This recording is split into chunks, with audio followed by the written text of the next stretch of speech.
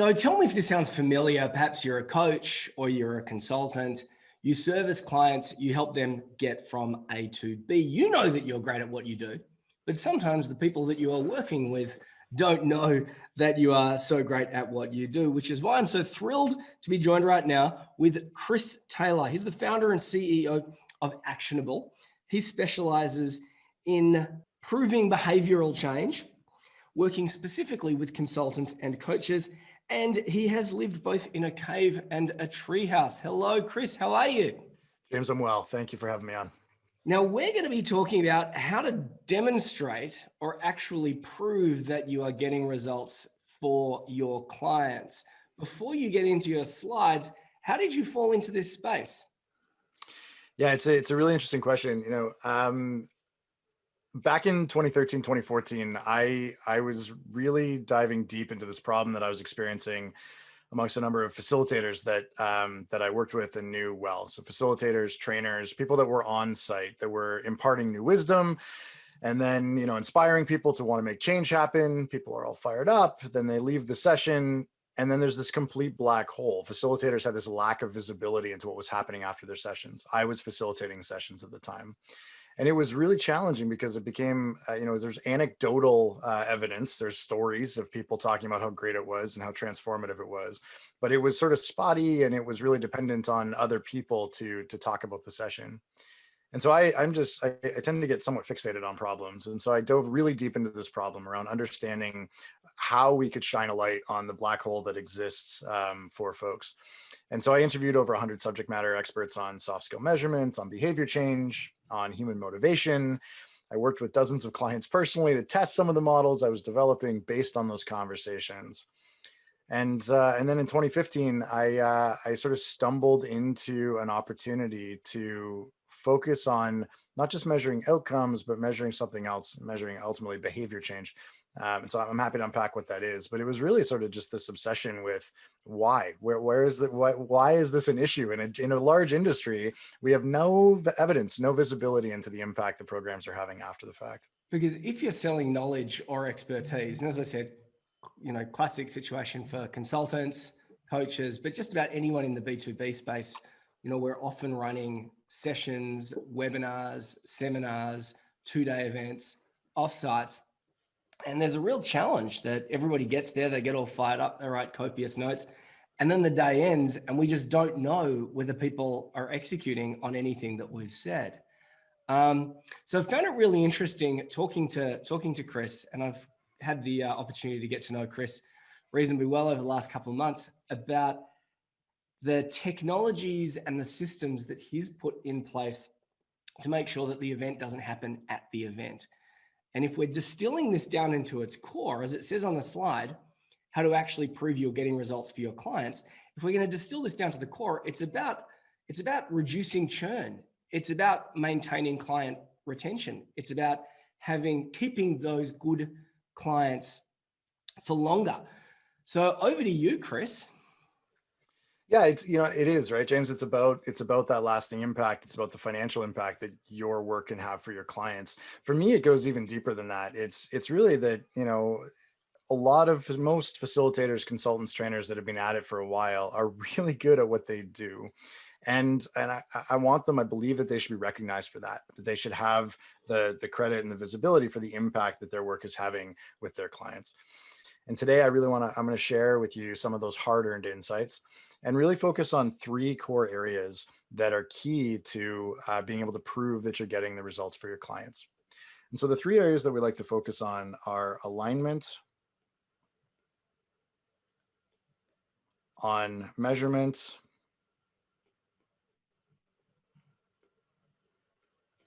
and on iteration. And if you're reading those words at home in the context of what we described, you may jump to conclusions around what these words mean and the specifics of it. I was surprised by the elements involved in alignment, the elements involved in measurement that actually drive the true proof that we're looking for with our client.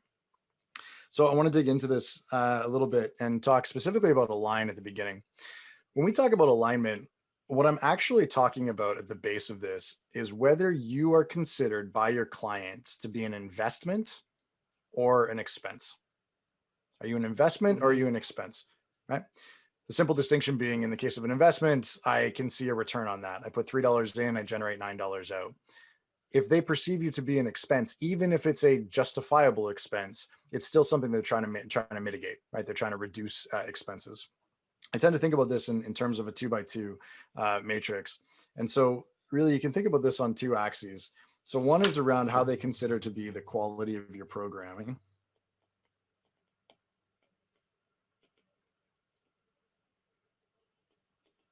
If you can read my chicken scratch, quality of programming.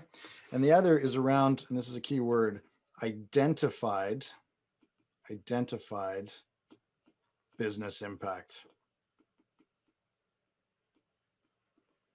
And on both spectrums, you've got a high and you've got a low.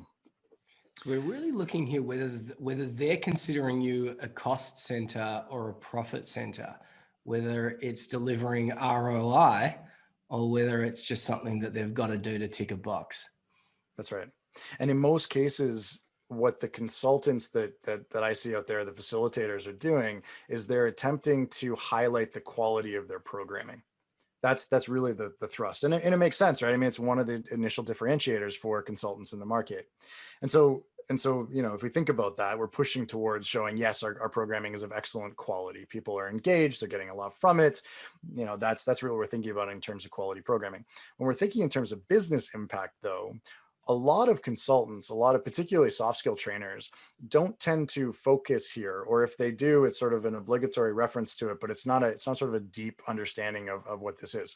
As a result, it's often the client that is making a preconceived decision as to whether the work that they are hiring you for is low business impact or high business impact.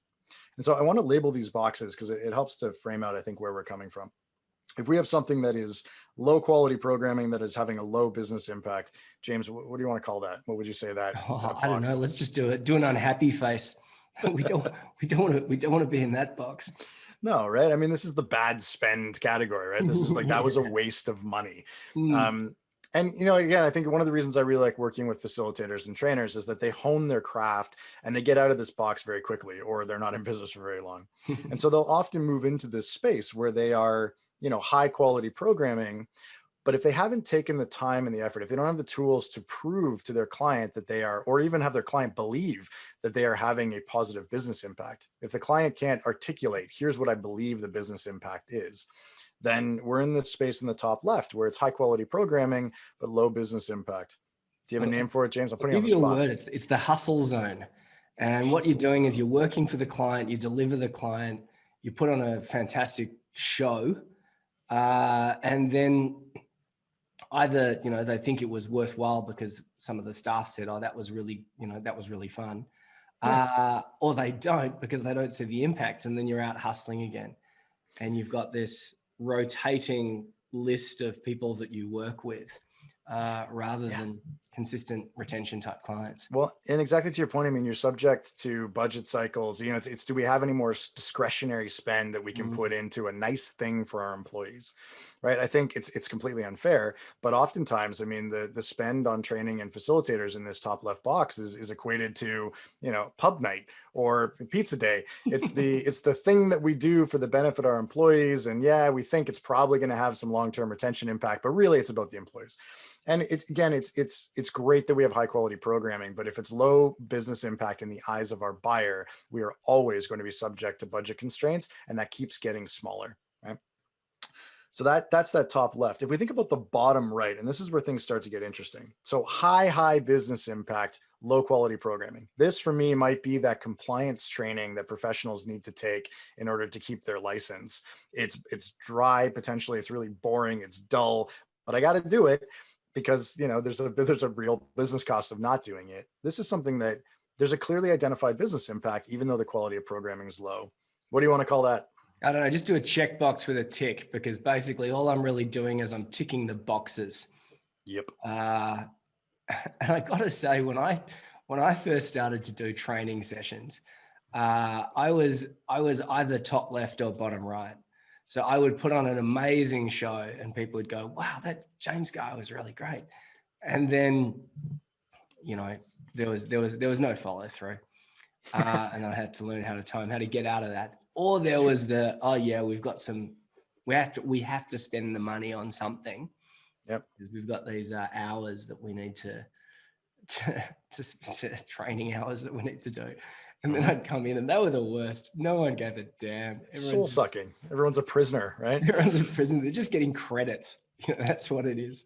Here's the sad truth is that if an organization is forced to make a decision between the top left or the bottom right gets the spend every time. Yeah. Because it makes sense, right? I mean, we have to keep the Yeah. lights on. We have to move the business forward for the stakeholders, et cetera.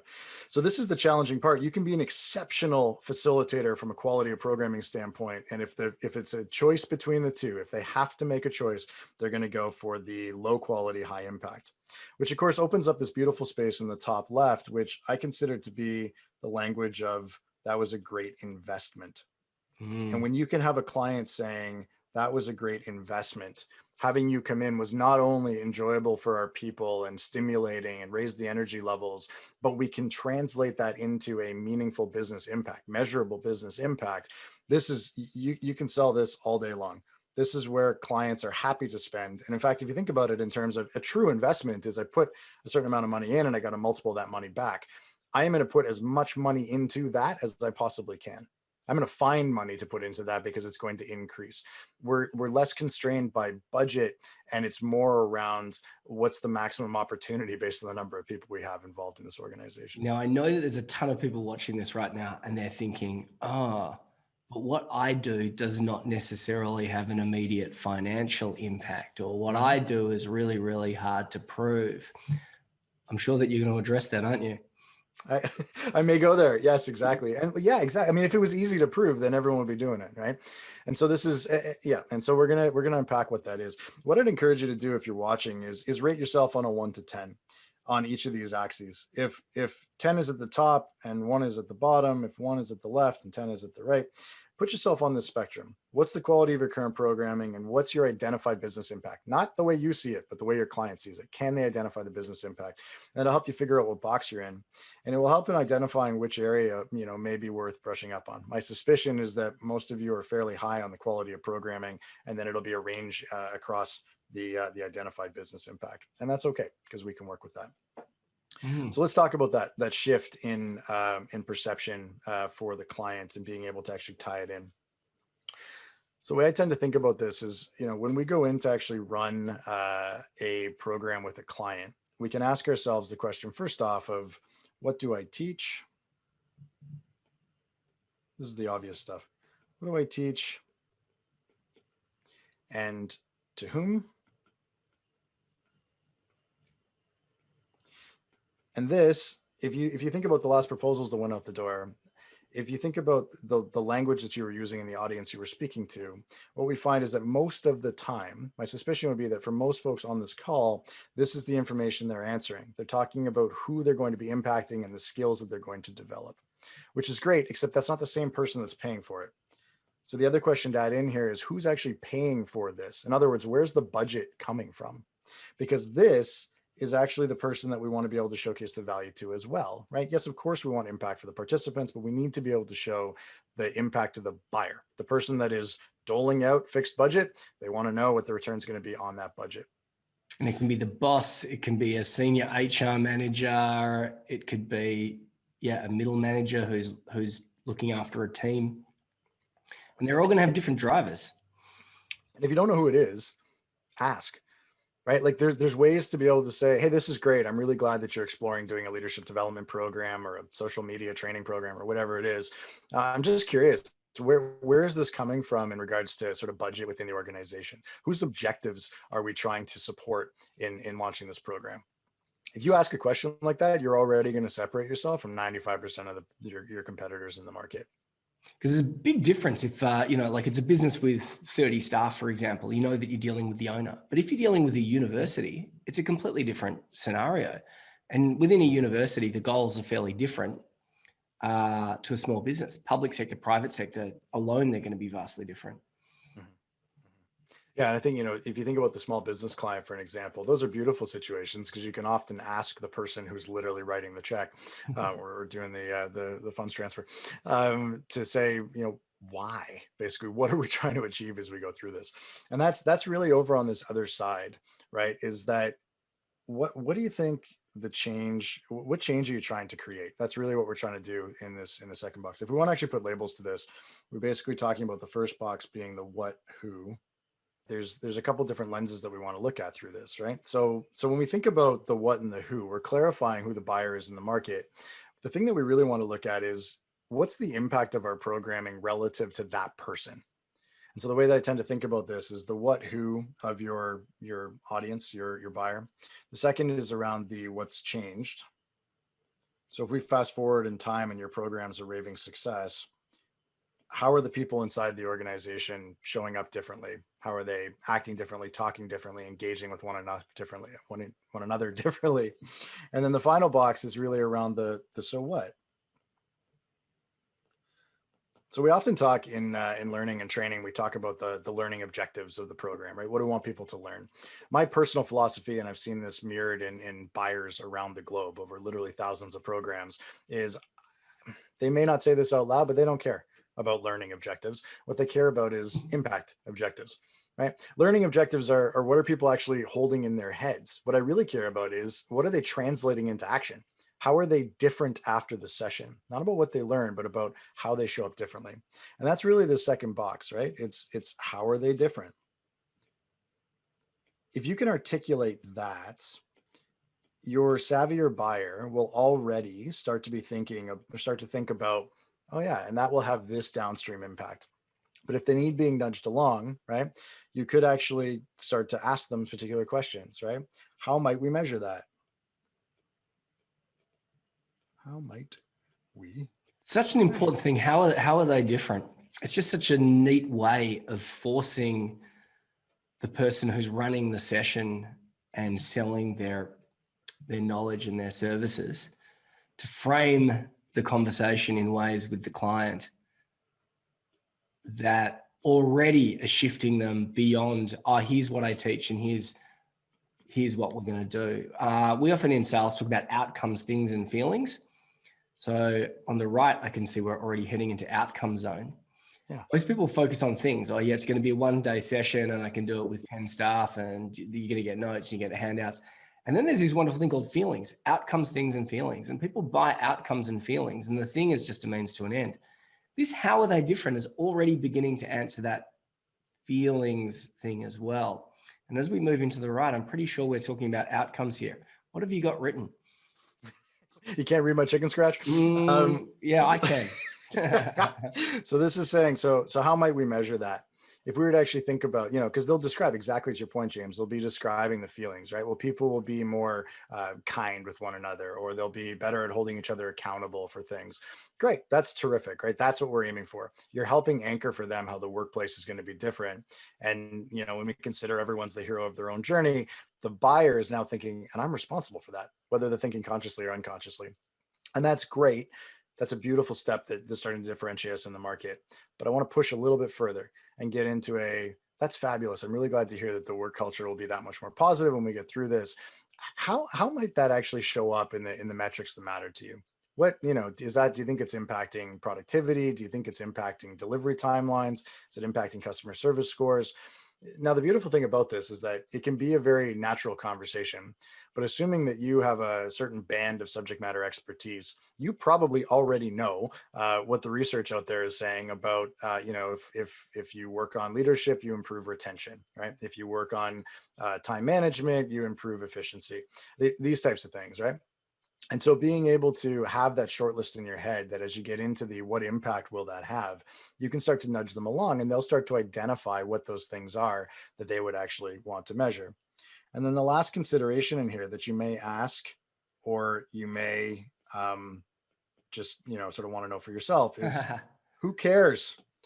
And I mean that quite literally. Who in the organization cares about that impact? Ideally, it's the same person that we have over here. The person that's signing the check is the same person that cares about the impact that you're going to have. And so working through, and James, your language was really great around that, right? With the outcomes, what do you say? Outcomes, items, outcomes, things, and feelings. things right. And so we're bypassing the themes, or we're touching on it very lightly, but at the end of the day, they don't really care, right? Yeah, it's good to know, but what they want to know is, what are the outcomes and how does that make me feel? And if we've identified the right person who is not only signing the check, but we've tapped into what they care about based on the impact that we agree we're going to have if the program is well delivered, we start to create alignment around where we're going with this program and what we're trying to achieve beyond the session itself. And I can see as well too, if you are dealing with someone who's at a middle level within the organization, they're accountable to somebody else as well too. So when you start to talk about, what impact will this have? One of the impacts is how they are perceived within the organization. And if you're in a position where you can give them what they need to be able to present that information to the next ladder up the chain, they look really good. And if they look really good, they're gonna engage you again. If someone can hire two different, leadership. So for example, efficiency consultants. I've got two efficiency consultants I can hire. One is going to arm me with what I need to be able to take the outcomes one step up the ladder and say, look, how valuable was this? I get the great job, Barbara. Good job, Rod, the pat on the back, and this person's senior management material. There are different layers. So within that particular scenario, you've got the people who are attending, sure, they care. You've got the person who's footing the bill, writing the check, as we still say, and then the person who's probably often in a larger organization above that person. And that's really what we're trying to get an understanding of. I think it's removing the navel gazing. I think, the blessing and curse of consultants, trainers, coaches is that it's not a job for them, right? This is a calling for you. This is, you believe in the work you do so fulsomely, and that's so critical in order for it to show up in the work. The downside to it is that we can often become really enamored with the stuff, right? The models, the methodology, the approach, the particular skills that we're trying to develop. And what we need to keep reminding ourselves of is that our job is to bring that value to the participants in the room, but to also do so in such a way that the person footing the bill is gaining from it as well. And that typically shows up through business impact. But we're only about a third of the way there as far as what we're actually trying to do for them. So the goal with this is not to actually prove yet how we're going to measure this. It's to create alignment around what we're trying to move the needle on, and make sure that we've got all the stakeholders considered within that. When we think about the second component to this, we're talking about measurement. So measure what? Well, business impact, obviously, but there are two realities that we need to appreciate if we want to help our clients understand the impact of our work. And they are this: first and foremost, your work does not exist in a vacuum. Meaning it is very easy for someone who wasn't involved in your program, who's just, for whatever reason decided that they don't like your, training or you or the content or whatever, to poke holes in it and say, yeah, but there was external factors. We're in the middle of a pandemic, being able to sort of poke holes in it. And so we need to appreciate that, right? Our work doesn't exist in a vacuum. And it's absolutely true that there were external factors beyond our control that influenced the outcomes. So even if it is a raving success between our session and the business outcomes that we agreed to in the alignment phase, we can't take full credit for that, or we shouldn't try to. The client can, give us credit if they want, but we shouldn't be trying to take full credit for that. And conversely, if things go horribly off the rails and none of the outcomes are achieved, it doesn't necessarily mean that your training was ineffective. And that's really what we're working to do here, is to create a more accurate through line of understanding the impact that your programs truly had. So let's talk about this, because the second piece on here that I think is the core of where we're going right now is that business impact, by definition, is going to be a lagging indicator. What do we mean by lagging indicator? Well, it means that there's a time gap between when you deliver value and when the business experiences the benefit of that value, right? If you think about it from a participant's perspective, so they're exposed to your content. Change colors here. So they're exposed to your content in a training format, virtual live video that you shared. They're exposed to that.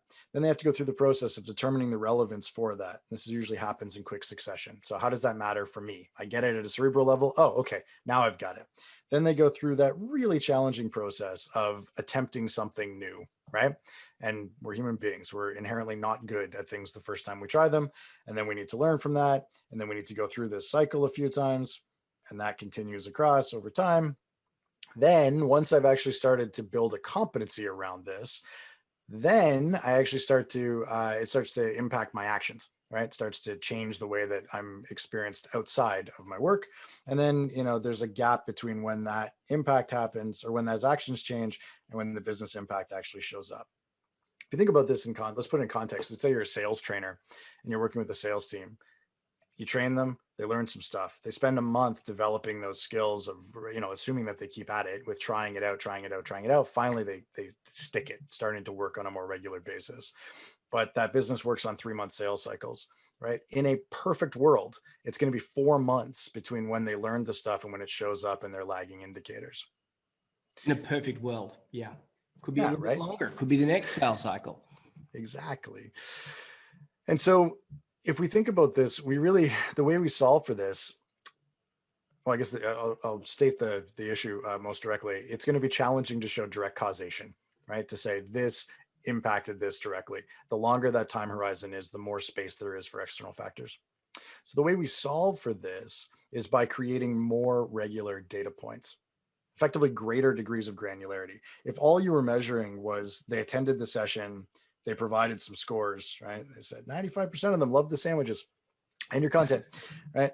And then 4 months later, we're saying, what's the impact? There's just way too many things that are beyond our control within that. So what we really want to be doing is we want to be measuring here and here and here and here and here and here and here for 2 reasons. One, because it creates a chain between the various pieces. We can see how one impacts the other, but also because if we start to see that the participants are starting to lose momentum, they're starting to sort of go off the rails, or they're misapplying it. If we're measuring regularly, we can catch it at this point and say, oh, here's a little bit of course correction. Let's get you back on track so you can actually realize the change you want to have.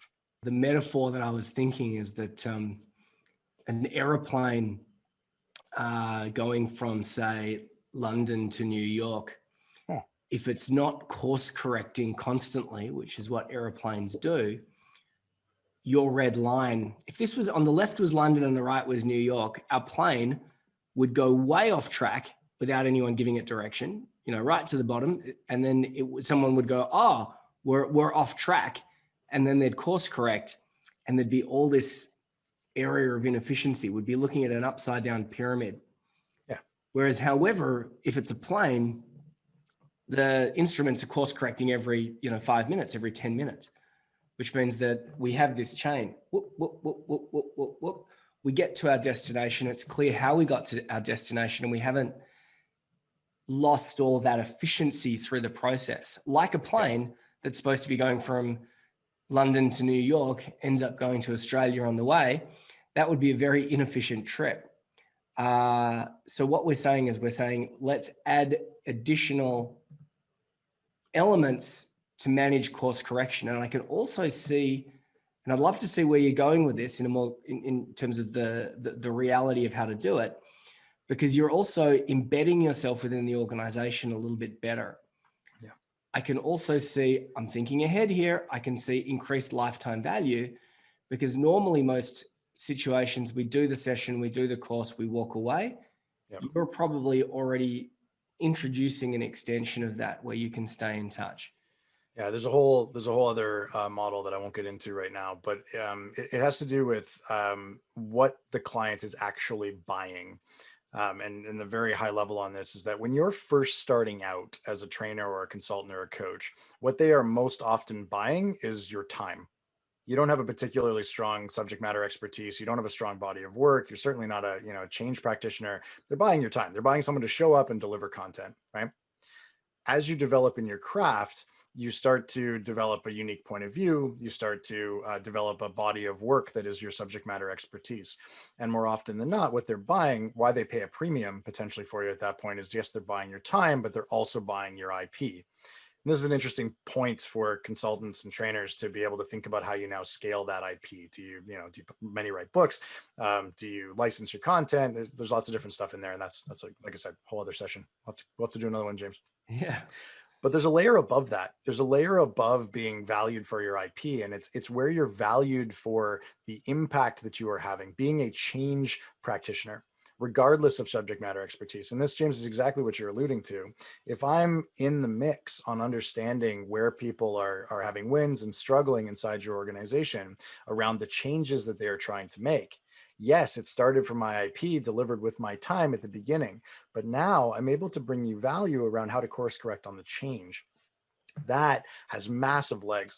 And we saw this just so epitomized with the beginning of COVID-19 and the basically complete stop that came, the standstill that was professional training for the better part of, a good chunk of 2020. The consultants that we work with that barely suffered at all, and in fact ended the year, a good number of them, at a record year for 2020, did so because their clients saw them not as subject matter experts necessarily or in isolation, but rather that they were the change experts. And if there was one word to describe change, 2020, it would be change. And they were there to help them through it. And anyway, so I'm off topic, but that's really a key piece of this. Right? There's a couple elements here that I just think are terrific. One is we've got this course correction idea. Now that is great from a business perspective because we're more embedded in the organization. We can sell something up front, $10,000, then we can sell something ongoing, even better. More embedded in the organization, more opportunities, greater impact, which is obviously, gets us all fired up. And then we position ourselves as a change agent or an agent of change. Excellent. I'm excited. So when we think about these links in the chain, some of them, yes, there's a time-based nature to it, right? More frequent for sure. But we've also probably all been on the receiving end of incessantly being asked the same questions over and over again, right? We are already, a lot of us that annually doing an employee engagement survey get fed up with that. So there's a nuance to this around frequency, but the frequency also tied to the stages that we go through. So to give you an example, there's a model in the world of trainers, consultants, facilitators, coaches, soft skill development. This model's been around for about 40 plus years. Many of you probably know it. It's called the Kirkpatrick Phillips model, named after the two gentlemen that actually came up with their own models and then blended them together. But Kirkpatrick. I've never heard of it. It's great because it's simple. It's got a lot of detractors as well, but it's survived 40 years. And it basically says this: when we're looking at measuring the impact of a training program, soft skill program of any kind, the first thing we want to look at is basically participant satisfaction. This is the obligatory smile sheet, right? Did people enjoy the session? Yeah. Was it quality programming? Was it entertaining? Was it engaging, right? The second level is around knowledge retention. And I'm pretty sure that when I started to do events, I never went much further than that. Well, so 88% of training programs measure at most knowledge retention. This is where it stops. Right? I'm going to go up to the top for a second and then work my way down, because the top part, the holy grail of this, is I'm paraphrasing a little bit, but it's a hard ROI. It's basically being able to say, we spent 10K on this and it translated into 30K that we can prove justifiably. ROI. That's the holy grail, right? Most people go, well, it's really hard to get to that point. Sure it is, if you try to jump straight there. But if we stack this up, right, it becomes a lot easier to do. So one layer down from hard ROI is business impact.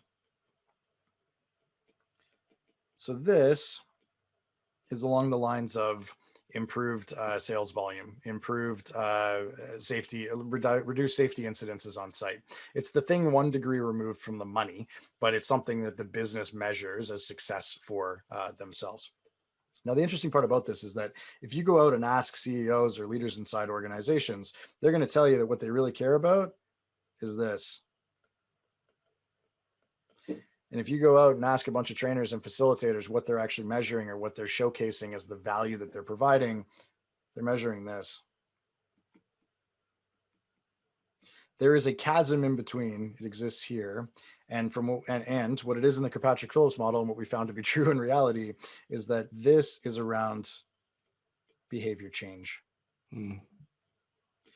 This is around individuals moving from knowledge retention to knowledge application as it shows up as behavior change. And when the behaviors change, then the business impact changes. It's this piece in here that is the link between the two components. Why am I sharing this in context of measurement? Well, because the CEOs are measuring ROI and business impact, the C-suite, the leaders in the organization. Trainers are measuring participant satisfaction and knowledge retention. There's a misalignment in what we're actually choosing to measure. And it's not necessarily about one trying to come down to the other and justify why it's the thing that they should be measuring. It's about finding that bridge, right? There's very little in the market that connects knowledge retention to business impact. There's a break in the chain, right? This is where, from an actual standpoint, where we've planted our flag. We're measuring the nuance of behavior change. We're doing that through the lens of adoption, engagement, and impact. Are people choosing to engage with the content or choosing to make a commitment to a behavior change? How are they getting on with actually making that behavior change happen?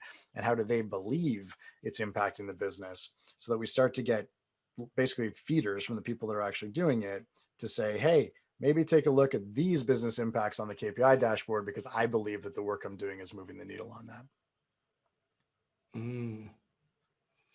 Then as well, when you were talking about agents of change and change agents, it's not just the person who books the gig, it's the people who did the training as well too. And then as well, the people who book the gig. And then anyone that's got a vested interest in that gig being a positive investment. Exactly, right? It makes everybody look good through the process. It makes the people that were in the session feel like it was a good use of time, which makes them more open to the next training, regardless of who the trainer is, right? There's this positive lift when we're able to connect the business impact backwards to the knowledge application through. So this works really well for showcasing the impact of soft skill development programming, but I'd suggest that it's true for any change initiative. Whenever you're providing people with new information, there should be a desired behavior change if there's any hope of business impact. Right. So when we think about this behavior change piece, right?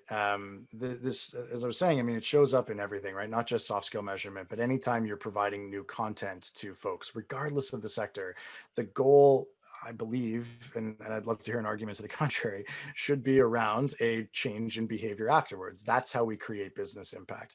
And so again, regardless of what you're teaching, if you're able to highlight to the buyer the behavior changes that are taking place, you have a much better likelihood of being able to connect it to business impact. I do want to spend just a minute on measurement considerations, because measurement gets talked about a lot. We're swimming in data sort of as a species at this point in time. So there's a couple ways to think about this, and one lens that might be useful for you is to think in terms of subjective data versus objective. And then to think in terms of qualitative data versus quantitative data. So subjective versus objective, basically, is it self-reported or is it externally validated? That's subjective, objective. Qualitative, quantitative, qualitative basically being words and quantitative being numbers. I apologize if there's any PhDs in data science on here that are going, no, that's not true. It may not be true in the definitive sense of what these words mean, but when it pertains to most of us human beings, this is really what we're thinking of. Am I reporting on it up here, or is someone externally reporting on it, or some system? Is it about words that are being entered into a system, or is it about numbers that are being entered into a system? And what's really important in here is that there is no right or wrong with this, right? The holy grail is to provide objective data, and ideally quantifiable objective data, right? It's a beautiful thing when a computer somewhere spits out numbers and said, this number's bigger than that number, and that's what you wanted, so validated, right? That's how we get explicit ROI. It's the statements that you want to get to of the numbers show that hiring trainer X to teach our salespeople empathetic listening skills resulted in a 22% increase in our close rate. This is great. And when we look at that sort of lagging indicator data, most of it's going to be measured in those terms. But please don't confuse that with the belief then that everything needs to be measured in those terms. If you can start to identify where you're able to collect information, right? Where are you actually getting data from? The best thing we can do is to do it incrementally, right? Providing a logic path versus a leap, creating a chain of leading indicators. If you can show a logical chain between your interventions and the business impact your client wants, and then measure the progress earlier and more regularly in the process, your client will start to understand and believe the impact you're having. It starts with leading indicators, and leading indicators can absolutely be subjective and qualitative. When we think Just about, straight off the bat, bottom yeah, left-hand corner, I can see this is people filling out the smile sheet. This is like someone writing a little testimonial that says how good the day was. That would be words. Oh, sorry, top left. That would be top left. words, and that would be subjective. Oh no, Yep. no, it's not. It's subject. No, it's down the bottom because it's them coming in and saying it. Yeah, they're saying it. I mean, it might be, if you wanted to go truly into this, is where we can geek out on this. But if you wanted qualitative and objective, it might be people had food poisoning. That's objective, right? It was an external factor that said bad, food was bad, right? Or 3 people quit afterwards. It's that objective piece, is that there was some sort of external validation. But again, I mean, a lot of this stuff becomes, ironically, subjective in how we actually think about these pieces. This is the money piece, right? This is the spot Yeah. that ultimately we want to get to. But when we're actually thinking about the path that we take to get there, the smile sheets, right? If we can actually go into trying to make the leap from subjective qualitative into objective quantitative without any steps in between becomes really challenging, right? This is really difficult. And so often, like the knowledge retention, so when the people come back and do like the retention surveys of what are people remembering from the session 6 months later, what they're trying to do with that is objectively measure the qualitative, right? But if we think back to here, what they're doing is sort of reinforcing the same points over and over again. I think from what I've seen in the clients that utilize actionable through the consultants we work with, rather than reinforcing the lower levels, we want to try to move upstream. So in Actionable Land, we do this in 2 ways. One, we ask subjective quantifiable. So we say basically on a scale of 1 to 10, and we do this on a regular basis, how are you getting on with shifting that behavior? So this is like those check-ins. Yeah. Yeah, so this is basically from an actionable, but you can do this. I mean, a lot of the consultants we work with go, yeah, I'm using actionable now because I used to do this all manually, but you can do this in a spreadsheet. You can do this in a daily survey if you wanted to. It can just get annoying for the participant, but basically, go ahead. I should say, for those that don't know anything about Actionable, check it out, because Actionable automates this sort of stuff for you. So you're not sending your manual messages and all the other stuff. You set it up, you put it in the system, it goes. Plus there's lots of training to help you and support you as well along that journey. All right. Sorry, Chris. I'm just giving you a plug there so that everybody knows what you do and how you do it. I appreciate that. Yeah, thank you. So this is what we do, right? So in the subjective quantifiable, we're asking basically on a scale of 1 to 10, how do you feel you're doing with improving this behavior today? And people rate themselves, and then they can also provide journal entries. So on an ongoing basis, beyond the one and done that exists with the smile sheets, you're getting daily, basically stories, words about why they chose a 6. So this happened, right? There's a narrative that's embedded in the work that the individual is doing. So what we find is that moving from smile sheets through to asking the regular pattern of how are you progressing with this into, this is why, back to this is, and you start to build a series of dots, right? You're connecting a number of points around behavior change, which if we got the initial feedback of this is what's happened in the session, this is what people learned, they liked it, they found a lot of value in it. If we're surveying knowledge retention later, great, we can show that that's being retained. This whole process actually starts to showcase the behavior change that's happening, which then makes it a heck of a lot easier to link through from that initial smile sheet into business impact, because we have the chain link. Not because subjective is by itself definitive, right? Just because someone in the class said that they shifted their behavior doesn't mean anything, that it doesn't validate the fact that the behaviors were shifted, but it starts to tell a story of where to look. And if they don't feel like they're shifting behaviors, there's an opportunity to intervene earlier. Anyway, we can go on with this, but yeah, no, this is terrific, and I can see how this all comes together. But we are running out of time, so let's move on to the next one. This is insane. So the last piece I wanted to touch on was just to iterate, right? This is the beautiful part. I mean, you made the analogy to the plane adjusting its course. I use a sailboat constantly tacking to the wind. Same idea. basically, as a facilitator, as a trainer, as a coach, as an imparter of wisdom, of new ideas, you are sharing great content. If you've been doing this for a while, you're really good at helping people move it from I understand it cerebrally to I actually care about this and I want to do something different as a result of it. That's the contextualization step.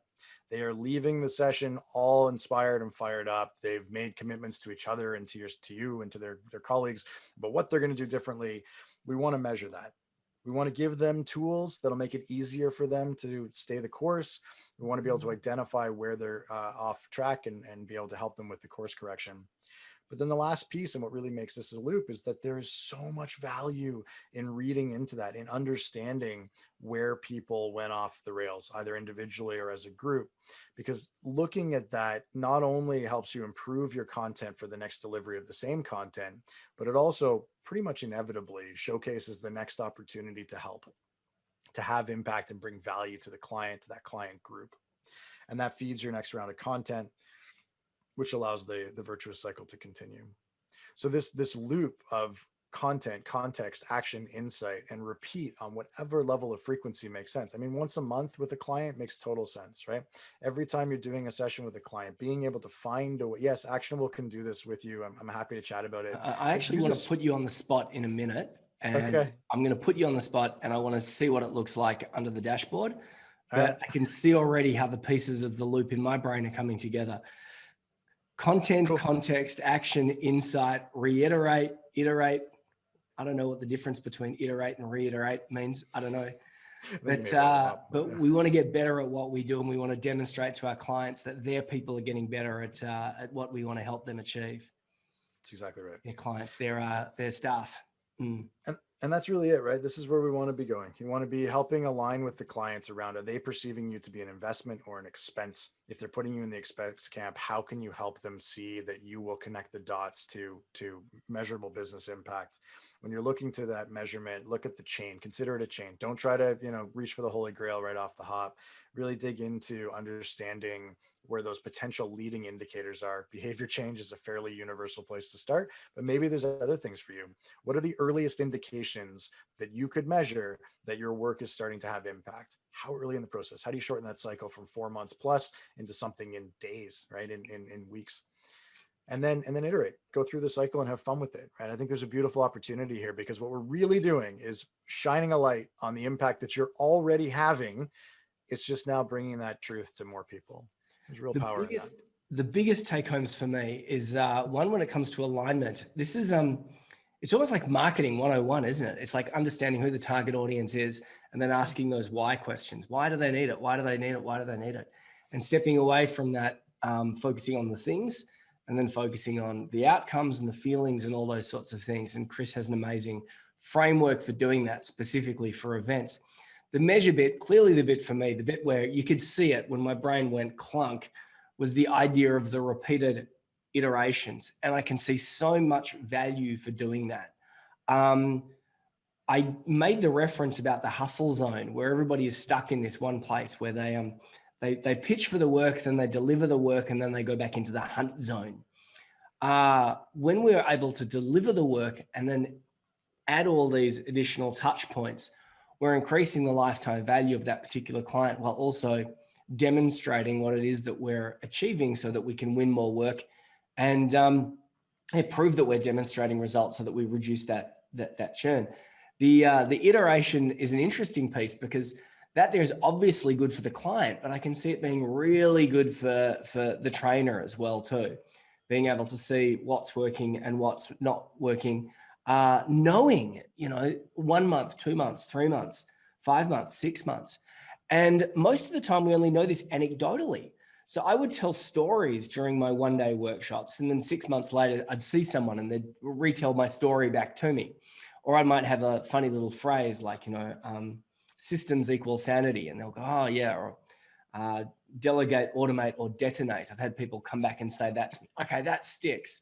But then there might be other things where I'll say, you're doing that. And they go, no, I'm not doing that. And I'm like, if you were doing that, you'd be getting a result, you idiot. But it's not on them, is it? It's on me, because I didn't have the mechanism or the systems and the structure to have that iteration where I could follow up and then tie that back to the measurement piece, which obviously helps us demonstrate our value, demonstrate our worth, and reduce that churn. I said I was going to put you on the spot, Chris. Do you have your dashboard nearby? Can we have a look at it? Can we have a look at actionable? No Chris problem. is going, I have to get into demo mode here. Let me pull that up. But I said it before, systems equals sanity, automation equals freedom. Chris has given us a system that we can follow. If we can automate it even better, there are always going to be multiple touch points when we're dealing with customers and clients. We created B2B Dash to minimize those touch points before you win the client and after you win the client. But Chris has taken this to the next level for the after you win the client, so that you can have that consistent experience and boost that churn. Oh, here we go. Look at this. So what we'll be looking at in this is a program that we actually ran with the consultants that we work with. So I can share the data, which is why I go to this program by default. But basically being able to see, this is, if you imagine, actually, maybe I'll go into a single session, and that'll give you, for those that are running single sessions, it'll give you more sort of context. Let's go there. I already like it when I see like little charts and pie charts and numbers. So imagine this, right? You ran the session with 8 people, and at the end of the session, you're doing that thing you do anyway, which is around, what resonated most with you. How are you going to apply it? Who's going to support you? How do we support each other? And then everyone's all fired up, and then they leave, and then, right? So instead, after they've left the session, you pull up your phone and you see that 6 of them made commitments to behavior change based on the content. 3 of them chose to focus on adaptability, which is one of the themes in your program. 2 of them on lateral thinking, and 1 on agility. And again, those words would be relevant to the program itself. So at a glance, you get this interesting, I wonder who the 2 were that didn't, or I can probably guess. And then over time, you can start to see how they were actually interacting with your content. So we can see that those that chose an adaptability commitment actually went from an average self-rating of 3.3. Yeah, remember, this is that subjective and quantitative, right? I rated myself on average a 3.3. This is how I feel I'm starting out of 10 on this habit. And by the time the program was over, they were rating themselves at an 8. Same thing for lateral thinking. Same thing and you can see for agility, there was no change. And when you say when the program is over, you're turning a 1 day into a 3-month program.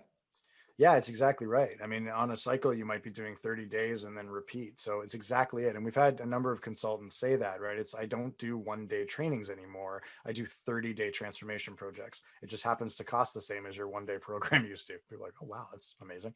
And so it's giving that much more sort of gravitas to the work you're doing. And you imagine going to your client, right, and saying, here's what happened with the people in the program. They started at a 4.3 and they ended at a 7.8 around the skills that you hired me to deliver. And if we'd done the alignment work up front, we'd have clarity on the fact that these were the things that mattered to the client. These were the behaviors that we wanted to work on because they meant something to the client. And then being able to drill down to see who those people are, so we can actually get into the weeds on each of the individuals. You could see putting questions, etc. So I'm going to bring this back. I'm just going to bring this back to a question that I'm sure a lot of people are thinking about as they're watching this. In terms of the investment in your tool, before we wind up, I can see a couple of different ways we can manage this. One, if I'm working with a client, I can bundle this particular cost. I'm using the wrong word here, but I can bundle this particular investment piece into the initial proposal as an item, and you can tell me what your clients are doing, the users are doing. I can bundle it in as like an add-on that someone can pay a little bit extra for, or I could just have it in there and not reveal what that extra piece is. So that there is when I'm dealing with a company and they're paying for the whole, the whole piece. If I'm working with people individually, I imagine that I could say to those people, and after the event today, you can sign up for my ongoing consolidation plan. And for X amount of dollars a month, you will continue to get this. Tell me, how do your clients position this when they're working with clients? Because I can see that you as the consultant or the trainer probably won't end up paying for this. Your customers and clients will. Exactly. How do they structure it? it should become a profit center. It's not even a flow through cost. It becomes a profit center for those that are sort of thinking about it that way. And so it's really sort of all of the above, James, but the most common paths are, the most common path by far is the words, a part of my process is. Uh-huh. Part of my process is to focus on the application. I don't want to be an entertainer, strictly an entertainer, right? You're not hiring me to provide a fun day. You're hiring me to provide a fun day that drives meaningful, lasting change for the organization. And that's what I want to give to you.